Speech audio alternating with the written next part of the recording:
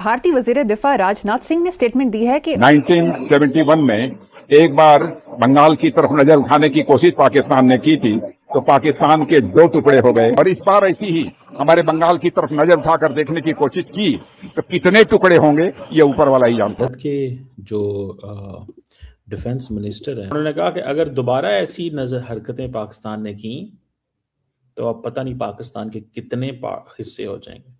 साथ हम देखते हैं कि हमसाया भारत में वहाँ मुसलसल उनकी जो नेता हैं, उनके रहनुमा हैं, आए रोज़ ऐसा बयान देते हैं जिससे उनके जो इंटेंशन है उनकी समझ आती है। राजनाथ सिंह ने उन्होंने कहा 55 साल पहले क्या हुआ था, पाकिस्तान के दो टुकड़े हुए थे।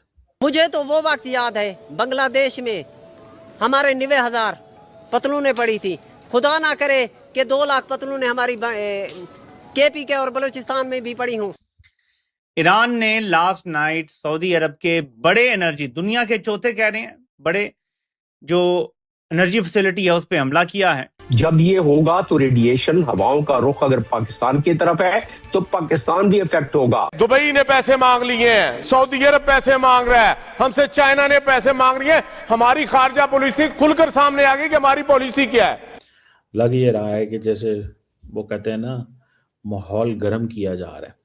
और बहुत जबरदस्त स्टेटमेंट्स आई हैं आज राजनाथ सिंह की तरफ से। कैसे चीजें चलेंगी आइंदा इसी तरह अगर चलता रहा? इंडिया भी कह रहा है छोड़ेंगे नहीं, पाकिस्तान को वो कह रहे हैं हम पाकिस्तान के अब कहीं हिस्से कर देंगे। भारत के रक्षा मंत्री ने ऐसा क्या बोल दिया जिसे पाकिस्तान डरा हुआ है और भारत क्या एक्शन लेने वाला है? क्या सच में भारत पाकिस्तान पर हमले की तैयारी शुरू कर रहा है? समय समय में बेतुके बयानों से सुर्खियां बटोरते हुए पाकिस्तान ने ऐसी टिप्पणी की थी जिसे ख्वाजा आसिफ ने की, जिसका जवाब भारत के रक्षा मंत्री राजनाथ सिंह ने दिया। उन्होंने 2 टुकों में कहा कि अगर वे बंगाल पर बुरी नजर डालते हैं तो भगवान ही जाने पाकिस्तान के इस बार कितने टुकड़े होंगे। भारत के रक्षा मंत्री ने यह पलटवार उस समय किया जब पाकिस्तान के रक्षा मंत्री ने बड़बोलेपन में आकर भारत पर हमले की धमकी दी थी। फिर इसके जवाब में राजनाथ सिंह ने अगर बंगाल पर नजर डालने की हिम्मत की तो पाकिस्तान की हालत बद से बदतर हो जाएगी। राजनाथ सिंह ने कहा कि 1971 में जो हुआ वो 2026 में फिर दोहराया जाएगा। तो चलिए आगे का वीडियो देखते हैं दोस्तों। तो भारत के जो डिफेंस मिनिस्टर हैं, उन्होंने बड़ी प्रोवोकेटिव स्टेटमेंट दी है। अगेन लग ये रहा है कि जैसे वो कहते हैं ना, माहौल गर्म किया जा रहा है। और उन्होंने कहा है जी कि पाकिस्तान का जो डिफेंस मिनिस्टर है उनको ऐसी स्टेटमेंट नहीं देनी चाहिए प्रोवोकेटिव। लेकिन उन्होंने कहा 55 साल पहले क्या हुआ था, पाकिस्तान के 2 टुकड़े हुए थे, ये उन्होंने कहा। और उन्होंने कहा कि अगर दोबारा ऐसी नजर हरकतें पाकिस्तान ने की तो अब पता नहीं पाकिस्तान के कितने हिस्से हो जाएंगे। ये है चीज, मुझे ऐसे लगता है कि that is going to be very provocative, जो चीजें जो हैं वो होने जा रही हैं। मुझे ये लगता है कम अज कम, this is what I understand, कि बहुत ही प्रोवोकेटिव किस्म की स्टेटमेंट्स जो हैं वो होने जा रही हैं। ठीक है जनाब। और कहीं ना कहीं पे ये चीज भी नजर आती है, कहीं ना कहीं पे ये चीज भी नजर आती है कि ये जो कुछ चल रहा है,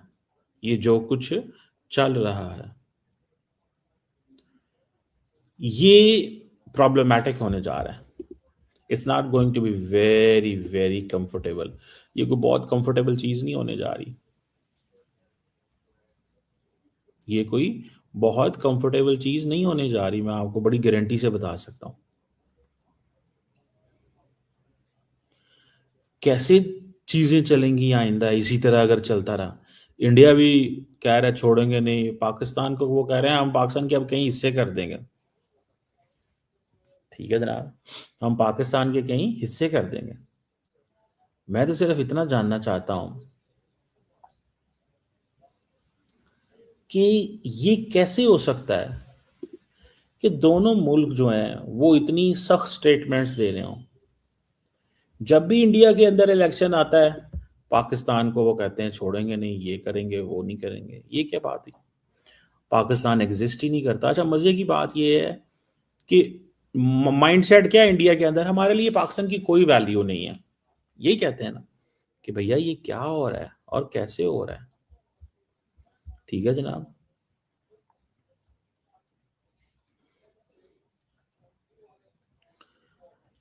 अब इस चीज को थोड़ा देखने की जरूरत है ना।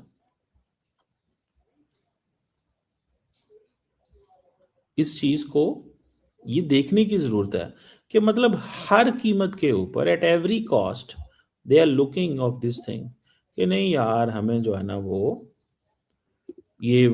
करना ही करना है। और करना क्या है, अपनी मर्जी करनी है, पाकिस्तान को बीच में लेके आना है, लेकिन पाकिस्तान एग्जिस्ट नहीं करता।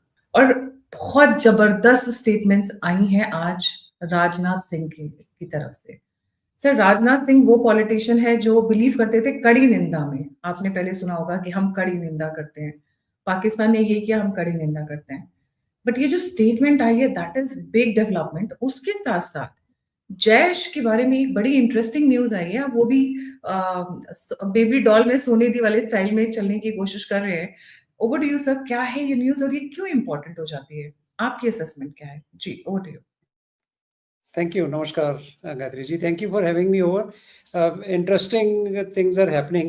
अब ये जो मेरे ख्याल जो आप स्टेटमेंट मेंशन कर रही हैं श्री राजनाथ सिंह जी की कि कितने टुकड़े हो जाएंगे आपको पता भी नहीं चलेगा। नो गोइंग बैक, ख्वाजा हाफिज भी डिफेंस मिनिस्टर हैं कंट्री के, राइट?